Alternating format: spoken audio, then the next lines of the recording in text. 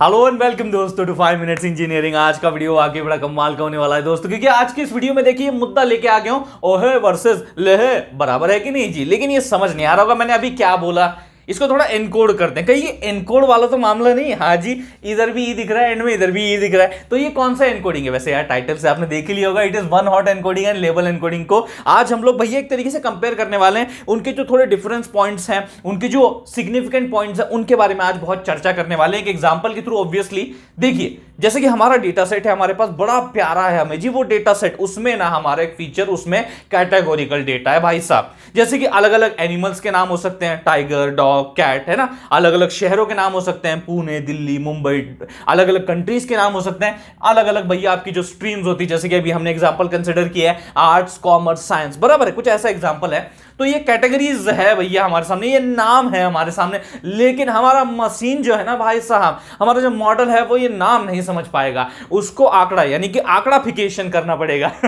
आंकड़ाफिकेशन यानी कि ये तो यहां नाम है, अब इन्हीं का एक इक्विवेलेंट मीनिंग डिलीवर करने वाला एक आंकड़ा स्वरूप जो है, हमें एक नंबर जो है वो यहां पे इसे असाइन करना है, ताकि फिर आगे चल के हम इसका इस्तेमाल कर सके। ठीक है, अब किस प्रकार से यही एक्टिविटी, ये सेम चीज वन हॉट एनकोडिंग करता है और हमारा रिस्पेक्टिवली लेबल एनकोडिंग करता है, वो देखते हैं। सबसे पहले नाम क्या है भैया? One hot encoding. तो चलो पहले इसी को इंप्लीमेंट करते हैं। तो ये क्या करेगा, देखो सिंपल भाषा में बताऊं, ये क्या करेगा, नंबर ऑफ कैटेगरीज देख लो पहले। आपका जो फीचर, उसमें कितने कैटेगरीज हैं? यहां पे n = 3, तो n का आंकड़ा भैया 3 रख दी, यानी कि 3 कैटेगरीज हमारे डेटा सेट में मौजूद है। इतना हमने बता दिया है। अब हमें क्या करना है, इतने ही साइज का एक वेक्टर डिफाइन करना है। अरे आप बोलोगे सर वेक्टर कहां से आ गया? चलो बताता हूं जी। लेट्स कंसीडर सिनेरियो जहां पे लेट्स से हमारे पास एक फीचर है x नाम का, और एक और फीचर है जिसमें आपकी ये जो कैटेगरीज है वो मेंशन्ड है, जैसे आर्ट्स है, फिर उसके बाद यहां पे कॉमर्स है, फिर साइंस है, कुछ इस तरीके से मेंशन्ड है। अब हम क्या करेंगे, ये जो रिस्पेक्टिव फीचर है इसे रिप्लेस करेंगे विथ कितने? 3।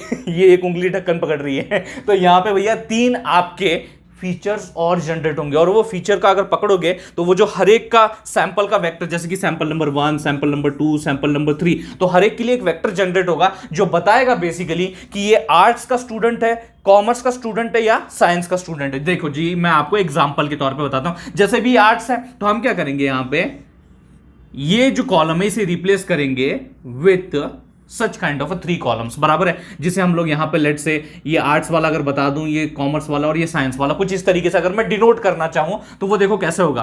पहला स्टूडेंट जो है वो आर्ट्स को बिलोंग करता है, तो मैं यहां पे उसे डिनोट करूंगा उसका प्रेजेंस 1 से एंड एब्सेंस 0 से। ये समझना जरूरी है, प्रेजेंस बाय 1, एब्सेंस बाय 0, ये उसका भैया खेल है 0-1 का, बस इतना ही चलता है। तो आप अगर गौर से देखेंगे तो ये जो वेक्टर है ये क्या डिनोट कर रहा है? फॉर दिस स्टूडेंट की आर्ट्स का स्टूडेंट है। उसी तरीके से भैया यहां पे कॉमर्स के लिए क्या हो जाएगा, 0 यहां पे 1, यहां 0, यहां 0, यहां पे 0, यहां पे 1। आप बात समझ पा रहे हैं? सिंपल। तो हमने क्या किया, ये जो फंडा है इसकी जगह पे भैया इसको इंप्लॉय कर दिया, हो गया हमारा काम, हमारा जो है आंकड़ाफिकेशन इज डन। तो इस तरीके से वन हॉट एनकोडिंग काम कर रहा है। लेकिन आपने इसमें महसूस किया एक चीज, very big drawback of one hot encoding. वैसे तो यार देखो, इसको बहुत ज्यादा धड़ल्ले से इस्तेमाल किया जाता है, प्रेफर भी ज्यादा इसको किया जाता है, लेकिन इसका सबसे बड़ा ड्रॉबैक ये है, ये वाला मैटर।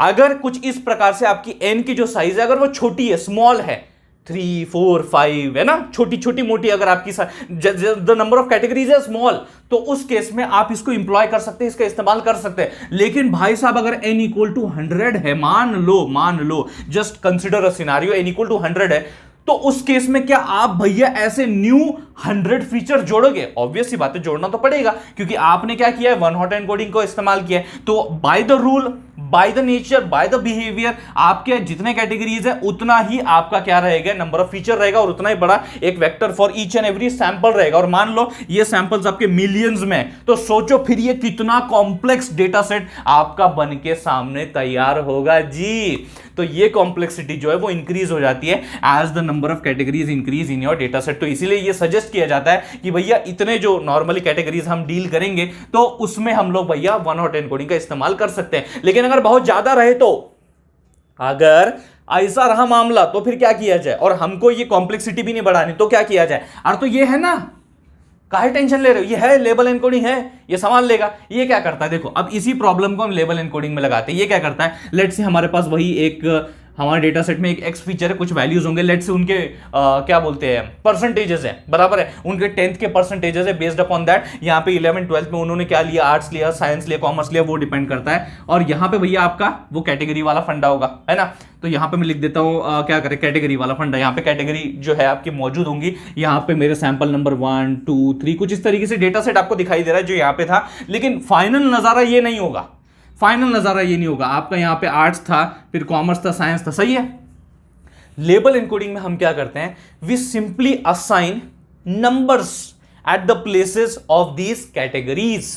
मतलब हमारे पास कैटेगरी क्या है, आर्ट्स है, कॉमर्स है, साइंस, तो मैं आर्ट्स को असाइन कर देता हूं 0, कॉमर्स को असाइन कर देता हूं 1, साइंस को असाइन कर देता हूं 2। अल्फाबेटिकल ऑर्डर में चलता है ये भी बात समझिए, ये बहुत इंपॉर्टेंट चीज है, ये अल्फाबेटिकल ऑर्डर में चलता है। आर्ट्स ए 0, कॉमर्स भैया 1, साइंस 2, तो ये अल्फाबेटिकल ऑर्डर में मैंने क्या कर दिया, असाइन कर दिए हैं भाई साहब अपने आंकड़े टू द रिस्पेक्टिव कैटेगरीज। अब जहां पे भी मुझे आर्ट्स दिखेगा तो I won't consider it as a art, I will consider it as a 0।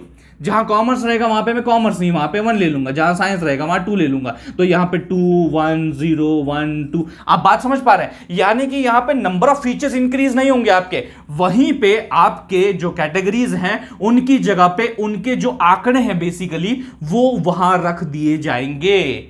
बात समझ में आ गई। तो एक तरीके से कॉम्प्लेक्सिटी अपन ने टाल दी और एक्चुअल में जो मीनिंग है वो भी डिलीवर हो गया। लेकिन यहां पे भी एक प्रॉब्लम है ऐसा तो नहीं भैया प्रॉब्लम नहीं है, इसका भी प्रॉब्लम डिस्कस करते हैं and then we will end up with the video. देखो जी इसका भी प्रॉब्लम क्या है, अगर आप गौर से देखेंगे 0 1 2 मतलब आर्ट्स कॉमर्स साइंस, ये मॉडल जब आप ट्रेन करोगे तो कितनी गलत आइडिया उसको सेंड कर रहा है, कहीं ना कहीं बहुत गलत आइडिया सेंड कर रहा है। क्या कि यार 2 इज हैविंग अ हायर, मतलब 2 आंकड़ा बड़ा है एज कंपेयर टू 1 एंड 0, तो कहीं ना कहीं इसकी प्रायोरिटी ज्यादा है, इसका इंपॉर्टेंस कहीं ज्यादा है, ऐसा सोचेगा ना, ऑब्वियस सी बात है ना। तो इसका कहीं ना कहीं ज्यादा मामला लग रहा है, इसका कम लग रहा है, उसका सबसे कम लग रहा है। तो कहीं ना कहीं यहां पे भैया ये आपका इंपॉर्टेंस वाला फैक्टर आ जाता है, सिग्निफिकेंस वाला फैक्टर आ जाता है, जो कि आपका रियल मीनिंग डाइवर्ट कर देता है। वैसे तो यहां कुछ भी नहीं है, वैसे तो यहां पे कुछ भी नहीं है, मतलब ऐसा कोई लाइक ऑर्डर नहीं है कि हम लोगों को उसे फॉलो करना है। आर्ट्स कॉमर्स साइंस तीनों अलग अलग स्ट्रीम है भैया अपनी अपनी, और डेटा का उनसे कोई रिलेशन नहीं है कि इंपॉर्टेंस 0 1 2 ऐसा कुछ भी नहीं है वहां पे मामला।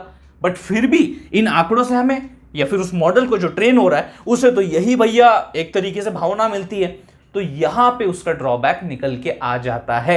ये चीज आपको समझनी है। Okay, this is a very important thing that you need to understand regarding भैया जो आज हमने बातें की एग्जांपल के साथ, one hot encoding and label encoding, सारी चीजें डिटेल में आपके सामने एग्जांपल के साथ रख दी है। होपफुली आपको समझ में आ गया होगा, अगर समझ में आ गया होगा तो इस वीडियो को लाइक कर दीजिए, उससे भी ज्यादा इस वीडियो को शेयर कीजिए अपने सारे दोस्तों के साथ। थैंक्स अ लॉट दोस्तों फॉर वॉचिंग दिस वीडियो।